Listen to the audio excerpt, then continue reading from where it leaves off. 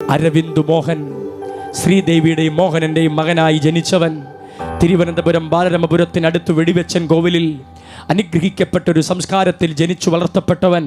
ജീവിതത്തിൻ്റെ സമസ്ത മേഖലകളും തകർന്നൊരു സമയത്ത് ജനിച്ച വീട് നല്ലതായിരുന്നു, ജനിച്ച കുടുംബം നല്ലതായിരുന്നു, ജനിച്ച സമൂഹം നല്ലതായിരുന്നു. പക്ഷെ ജനിച്ച സമയം നല്ലതായിരുന്നില്ല.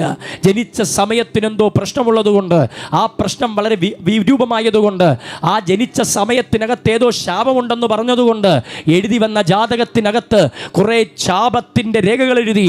ഈ കുഞ്ഞു ശപിക്കപ്പെട്ടവനാന്ന് പറഞ്ഞ് അന്ന് മതം തള്ളി, കുടുംബം തള്ളി, എല്ലാം തള്ളി. തള്ളിയവനെ തിരിച്ചു വരാൻ ഒരുപാട് കാര്യങ്ങൾ ചെയ്തു.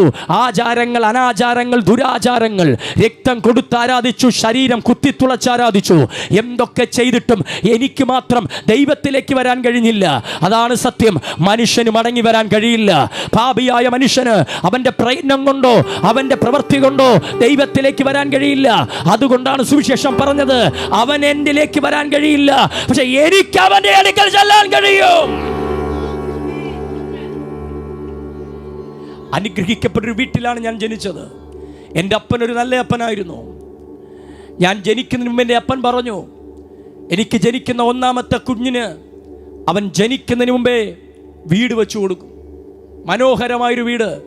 വർഷങ്ങൾക്ക് മുമ്പ് ആ വെടിവെച്ചൻ കോവിലൊക്കെ നിങ്ങൾക്കറിയാം, നിങ്ങൾക്ക് സുപരിചിതമാണ്. ആമേൻ. ആ നാട്ടിൽ അന്ന് പാസ്റ്റർമാരൊന്നുമില്ല, അന്ന് വലിയ ക്രിസ്ത്യാനികളൊന്നുമില്ല. അന്ന് അവിടെ പാസ്റ്ററാന്ന് പറഞ്ഞാൽ അവർ പോസ്റ്ററാക്കും. അന്ന് ആ ജംഗ്ഷനിൽ വന്ന് പരസ്യയോഗം നടത്തിയ പരസ്യ കോലമാകും. അതുപോലൊരു നാട്. ആ നാടിനകത്ത് ശ്രീദേവിയുടെയും മോഹനൻ്റെയും മകനായി ജനിച്ചപ്പോൾ, ഞാൻ ജനിക്കുന്നതിന് മുമ്പേ എൻ്റെ അപ്പൻ എനിക്ക് വീട് വെച്ച് തന്നു. പുതിയ വീട്ടിലോട്ടാണ് എൻ്റെ അമ്മ എന്നെ കൊണ്ടുവന്നത്. ജനിക്കുന്നെങ്കിൽ ഇങ്ങനെ ജനിക്കണം. ജനനം നല്ലതായിരുന്നു. ഒന്നാമത്തെ കുഞ്ഞ് ആൺകുട്ടിയാന്ന് പറഞ്ഞപ്പോൾ അതിനേക്കാൾ സന്തോഷം. പക്ഷെ ജനിച്ച സമയവും കാലഗതിയും ഗ്രഹനിലയും നാളും ഒക്കെ നോക്കി.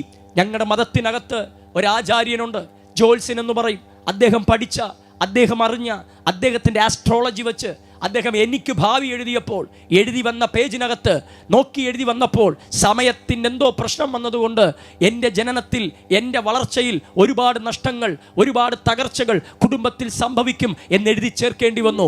ജനിച്ച സമയത്തെ കാലഗതി, അവിടുത്തെ ഗ്രഹനില, അവിടുത്തെ നാള്, ദോഷം, ഇതൊക്കെ നോക്കിയാണ് എൻ്റെ ഭാവി എഴുതിയത്.